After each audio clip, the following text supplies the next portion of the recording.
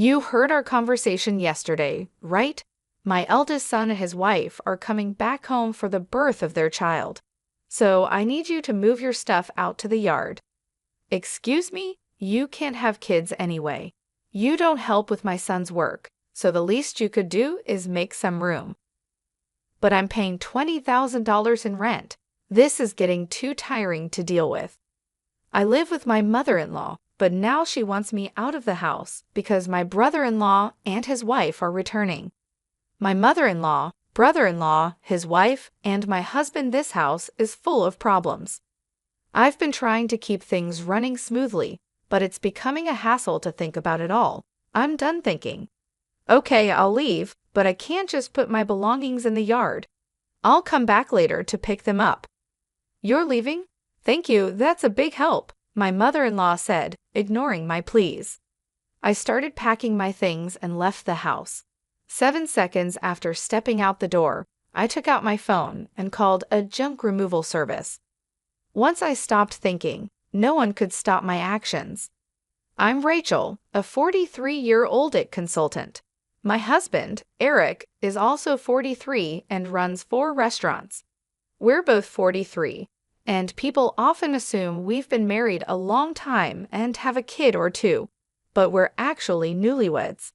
We both lived as workaholics and didn't marry until this age. I had given up on marriage just before turning 43, but a random visit to a bar after work changed my mind. Is this your first time here? He asked. Yes, that's right. I had been curious about it for a while, but it was hard for me to go in alone because the place is so stylish. But I worked hard today, so I decided to go in as a reward to myself. I was relieved to find a counter where it was easy for a loner to spend time.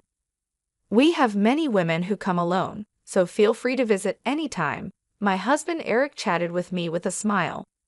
I sat at the end of the bar.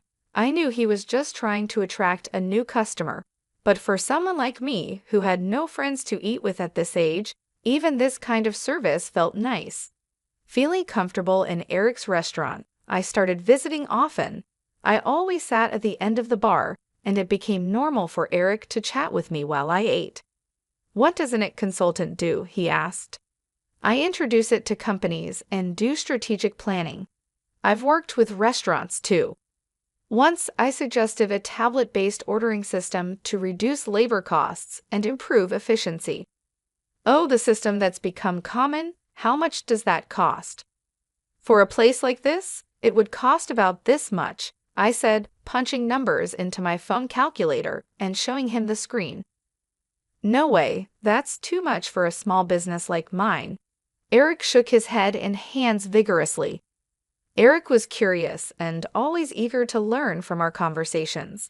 He looked for ways to apply new knowledge to his work. Even though it seemed like just a pleasant conversation, I was slowly drawn to his dedication. Likewise, Eric grew fond of me, seeing that I was hardworking. I'm always busy with work and can't talk much. How about we go out for dinner sometime? Excited about the chance to dine with a restaurateur, I eagerly agreed. I was thrilled to be asked out, but saying something so girlish at nearly 43 would be embarrassing, so let's just leave it at that. My husband didn't just ask me out that one day. He continued to invite me out for meals occasionally.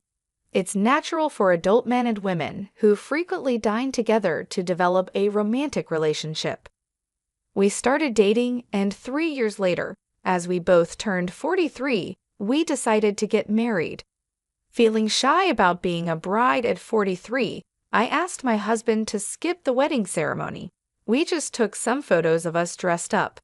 After we got married, I moved from my apartment to my husband's house. His house is a 4-story building with a garden and parking, located in a high-end area. The rent is apparently around $2,000. My husband was living there with his mother. Some might think it's unthinkable to live with a mother-in-law right after getting married, but I'm 43, so I didn't mind much. Plus, my mother-in-law is 71, and my father-in-law has passed away, so living together seemed necessary. When my husband suggested living with his mother, I immediately said it was okay. But after starting to live with my mother-in-law, I regretted accepting so quickly.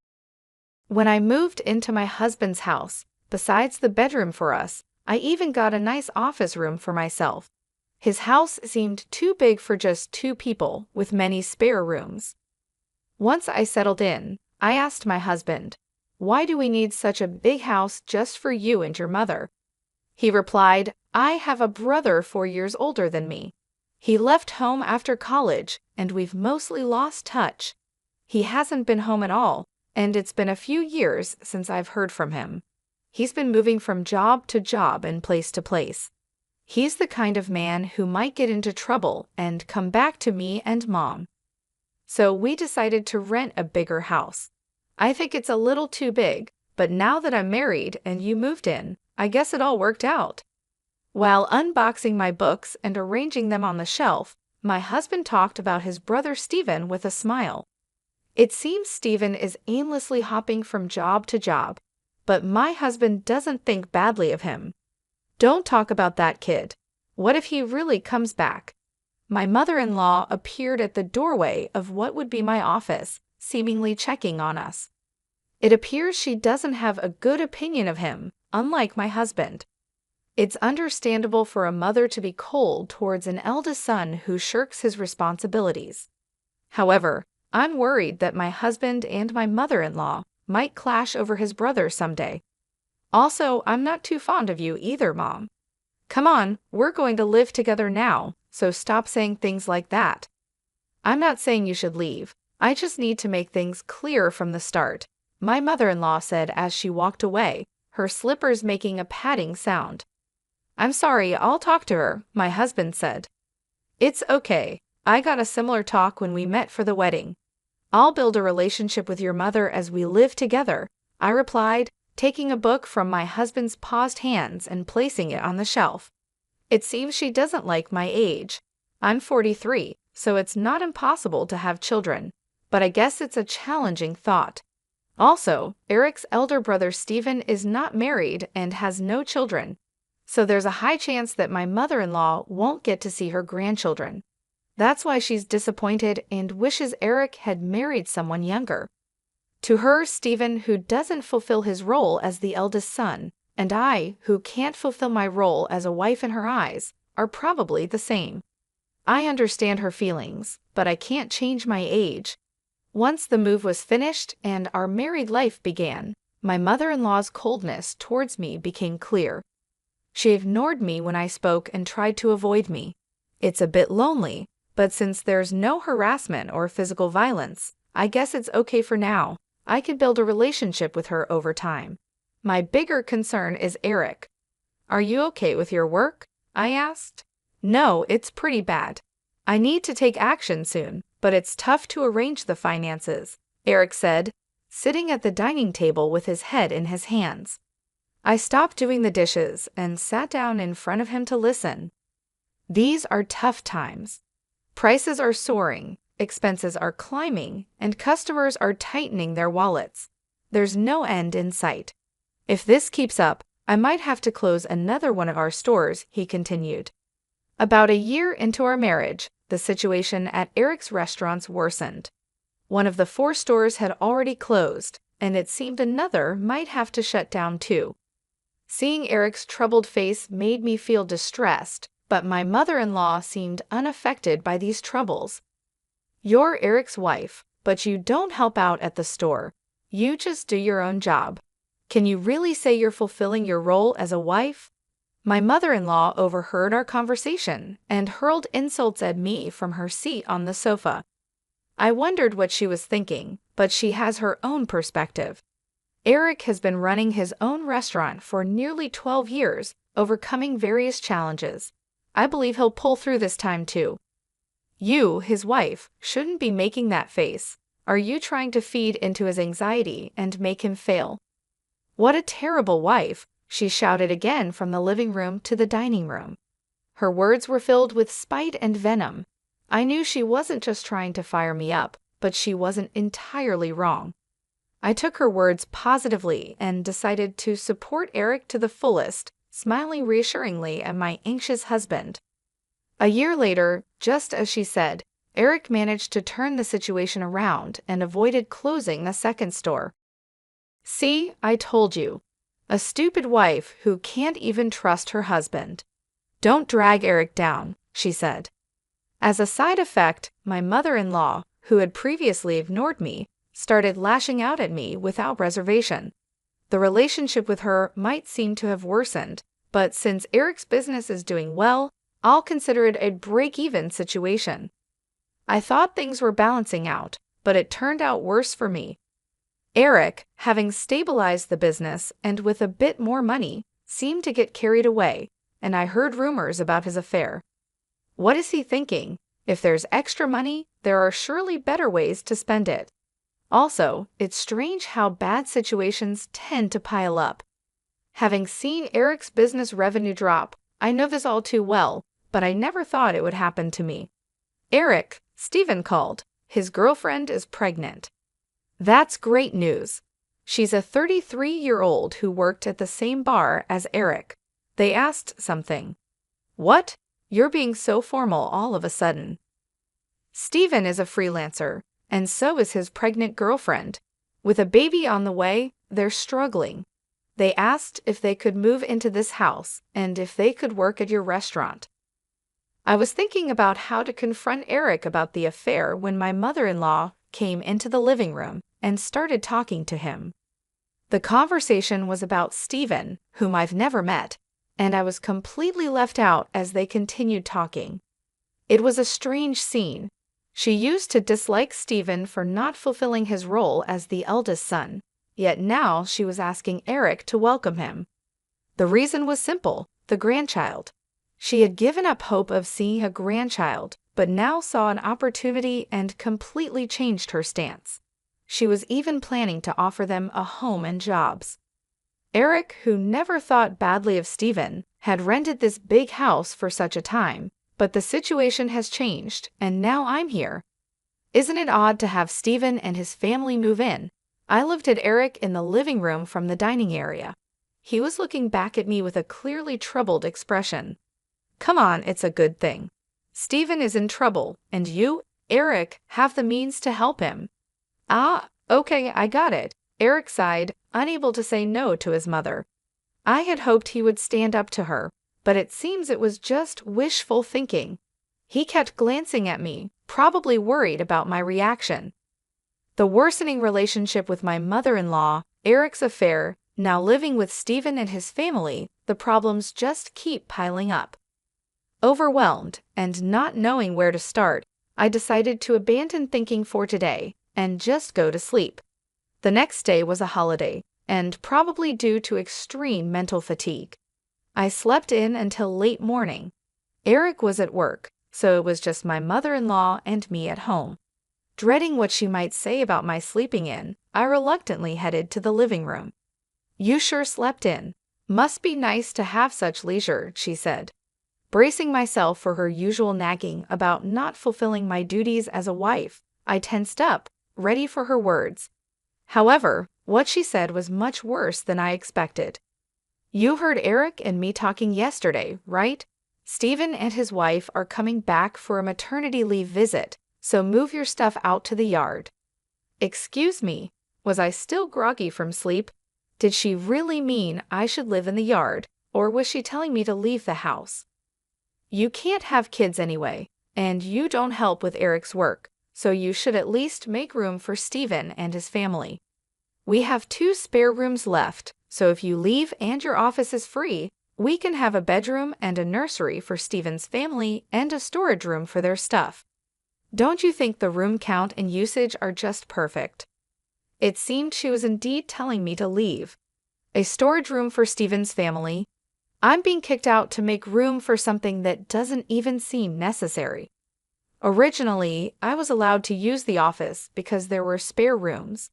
I don't mind losing the office. A bedroom for Eric and me is enough. Stephen's family can live here without me leaving. Realizing that my mother-in-law now sees no reason for me to be in this house as a wife, since she can see her grandchild, I thought about the $20,000 I was paying in rent. I'm too tired to deal with all this. I decided to clear my mind and rest. silent with my mother-in-law. The only sound in the living room was the ticking of the clock. Okay, time to leave. After resting my mind, I decided it was too much trouble to worry about what happens to Eric, my mother-in-law, Stephen's family, and their future. I chose to leave the house. Understood, I'll leave. I can't put all my belongings in the yard, so I'll come back later to pick them up. You're leaving? Thank you, that helps, my mother-in-law said, pleased.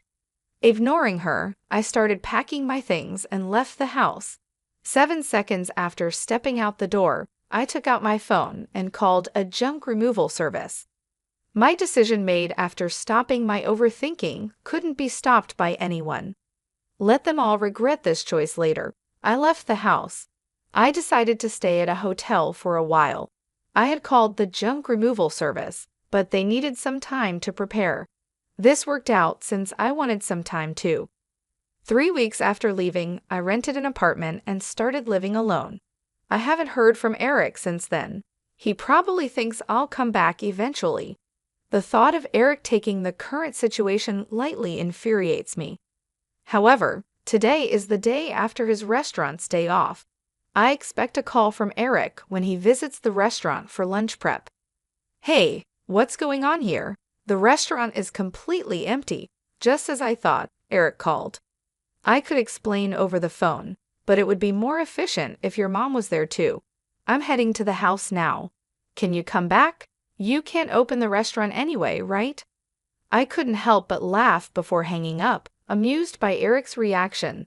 He must be quite shocked. Still chuckling, I started getting ready to leave. When I arrived at the house, my mother-in-law started yelling at me. What on earth is this? The restaurant's fridge, cooking equipment, tables, all the important stuff is gone. You did this, didn't you? Do you think you can get away with this for free? It seems Eric had explained half of the situation. There was an unfamiliar couple in the living room, apparently Stephen and his wife.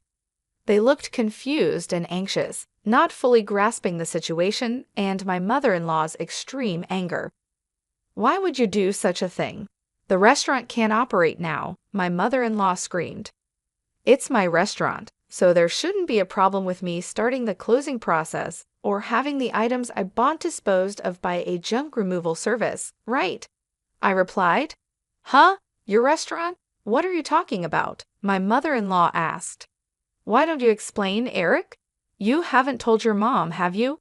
You remember that I still have the main restaurant and the second branch, and the second one was in a financial crisis, right? Yes, of course. You worked hard to turn it around, changing the tables, chairs, signboard, the restaurant's atmosphere, bringing in new cooking equipment, expanding the menu, and replacing the fridge and freezer to accommodate the new menu, right? Well, about that, Rachel actually paid for those expenses. What? What do you mean? Hearing Eric's words, my mother-in-law looked perplexed. She seemed to be trying hard to understand, but probably lacked the full information to grasp everything. Eric continued looking uncomfortable, like he was holding back from saying more, but it was clear this was going nowhere. I decided to explain everything. Before turning 43, I was single and working in it consulting. We didn't have a wedding ceremony, nor did we buy a new house after getting married, so I had saved up quite a bit of money. I lent Eric $400,000 to help turn around his struggling second restaurant branch. $400,000, but you can't just hand over such a large amount of money to your spouse, right? That's why I decided to buy the rights to the second branch and become its owner. I left most of the management to Eric, so there wasn't much for me to do as the owner. The only change was that Eric shifted his focus from the main branch to the second one for its recovery. When Eric's restaurant was in crisis, I showed my concern alongside him. It was when my mother-in-law yelled at me for not showing enough trust in my husband that I decided to support Eric to the fullest. My form of support was giving him the money I had saved during my single years. Eric, is this true? She asked. Yeah, it's true. She said it was okay if I failed and wasted the $400,000. She gave me the money, but since it was such a large amount, if it was going to fail anyway, she suggested becoming the owner. The plan was to pay back the borrowed $400,000 from the restaurant's earnings, but it was simpler for Rachel to become the owner and have the restaurant's income go directly to her. It also meant that she could decide whether to close the restaurant or not. It's a lie. Can something like that really happen? My mother-in-law exclaimed. I understand it's hard to believe hearing this all of a sudden. That's why I brought some evidence. I spread documents like the business license, transfer of rights agreement, and lease agreement on the table, proving that I was the owner of the restaurant. My mother-in-law's face turned red as she confirmed my name on those documents. Why didn't you say anything about this? You always talked about how you believed in Eric and how the restaurant was recovering, right? Even before we got married, you always encouraged Eric like that. He felt pressured by your words, but tried to live up to your expectations, not wanting to disappoint you as the head of the household. You're pretty cold to people like me and Steven who don't fulfill their roles, right? That's why Eric couldn't tell you he borrowed a large sum of money from me. He could have just told me, she protested. That's why Eric couldn't speak his mind, because she gets upset easily. People like my mother-in-law often don't realize they're putting pressure on others. They might think it's just a small thing to say, but for the one under pressure, it's a huge burden, not something they can easily talk about. And even if they did speak up, she would likely be disappointed and start complaining. It was essential not to let Eric's spirit break under her constant jabs, especially when the restaurant was finally turning around. That's why I kept quiet too. But I really wished she had refused when Steven and his family were coming back. Probably Eric thought it was work-related and agreed without thinking much. Mom, Rachel, I'm sorry. This situation is my fault for not being decisive enough. If I had managed the restaurant well from the start, Rachel wouldn't have had to lend her money. And if I wasn't so weak, I could have told you the truth. If Rachel decides to close the restaurant, then that's it. But what about the part-time workers? My mother-in-law asked. Don't worry. In the past 3 weeks, I've already informed everyone about closing the restaurant, and they all understood. For those interested, I've arranged part-time work at other restaurants through my IT consulting contacts. That's a relief. That was my only concern. So everyone was in on this, Rachel showing me an empty restaurant as a surprise, and everyone keeping the closure from me? Eric, I'm sorry too. I've been pressuring you. And Rachel, I'm sorry for everything up to now. I won't tell you to leave again. My mother-in-law apologized, and it seemed as if everything was resolving nicely. But that's a misunderstanding. I'm far from being satisfied, and the discussion is far from over. Let's settle this matter next. What's this? A divorce papers. When I placed the divorce papers on the table, Eric picked them up in shock. What does this mean? Why a divorce? This is supposed to be a reconciliation, right? Don't just assume we've reconciled. You might think it's a secret, but I know about your affair with the part-timer. All the part-time workers knew about it too. That's just a rumor. You can't say things like that without proof. I displayed an image on my smartphone that a part-time worker had sent me and placed it on the table amidst the scattered documents. This is a photo of you entering a hotel. It was taken by one of the part-timers. If you leave the restaurant together and walk towards the nearby hotel district, anyone can take such evidence, not just the police or detectives. Did getting the second branch back on track give you too much confidence? You really got carried away as the owner of the restaurant. I couldn't do much in the day-to-day operations, but I still visited the restaurant from time to time. That's when the part-time workers told me about Eric's affair and asked for my help. When I promised to handle it, they provided incredible support. They sent me proof and even kept the closure of the restaurant a secret from him. Wait a minute, closing the second branch in a divorce? What's going to happen to the rent for this place? Eric asked. The rent for this place? What do you mean? My mother-in-law asked. I haven't mentioned that yet. I've been paying the entire rent of $20,000 a month for this house, I said. Is that also true? She asked Eric. It's true. When the restaurant's revenue started falling, Rachel started paying half of it. But as revenue continued to drop, the amount she had to cover increased. Eventually, she ended up paying it all. $20,000 a month is the same as my salary, so I paid all the rent, and Eric covered other living expenses like food and utilities.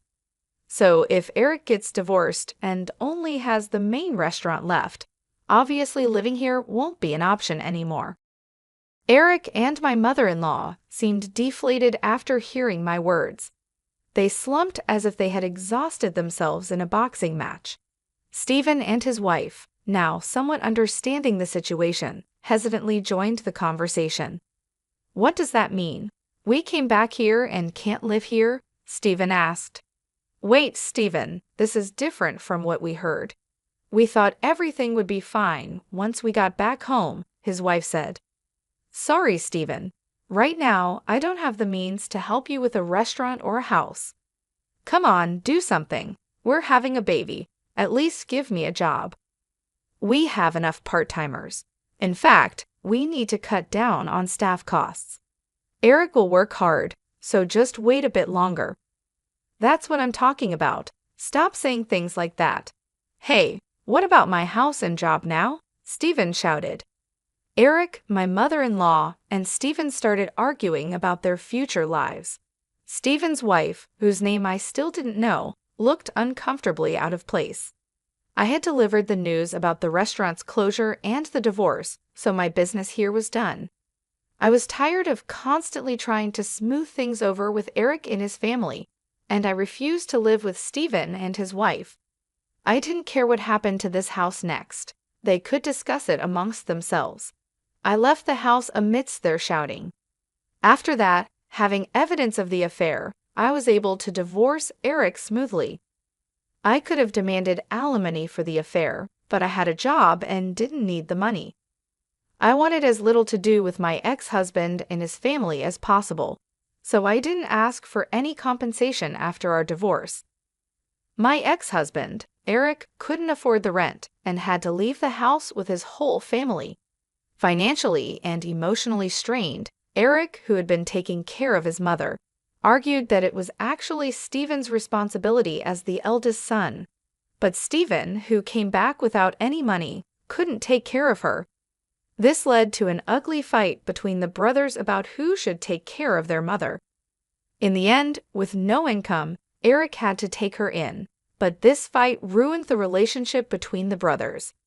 As a result, Stephen and his wife disappeared again, cutting off all contact. Witnessing the brothers' dispute over her, the mother-child relationship also deteriorated. Now, Eric and his mother are living together reluctantly in a smaller apartment. It's not as spacious as the previous house, and they have to see each other all the time, but they hardly talk, creating an awkward atmosphere in the house. My actions, prompted by thinking ahead, resulted in the breakdown of a family relationship. After the divorce, I first dealt with closing down the restaurant. It was a bit of a hassle, but as the owner, it was my responsibility. However, the fridge, cooking equipment, tables, and chairs I had removed were fairly new, so I managed to sell them at a good price. Adding just a little more money allowed me to finish the restaurant's closure. Though it was a brief period, being a restaurant owner and handling its closure was an experience. I believe these experiences will be useful in my consulting work someday. I guess work suits me better than marriage. Convinced of this, I continue to work hard today.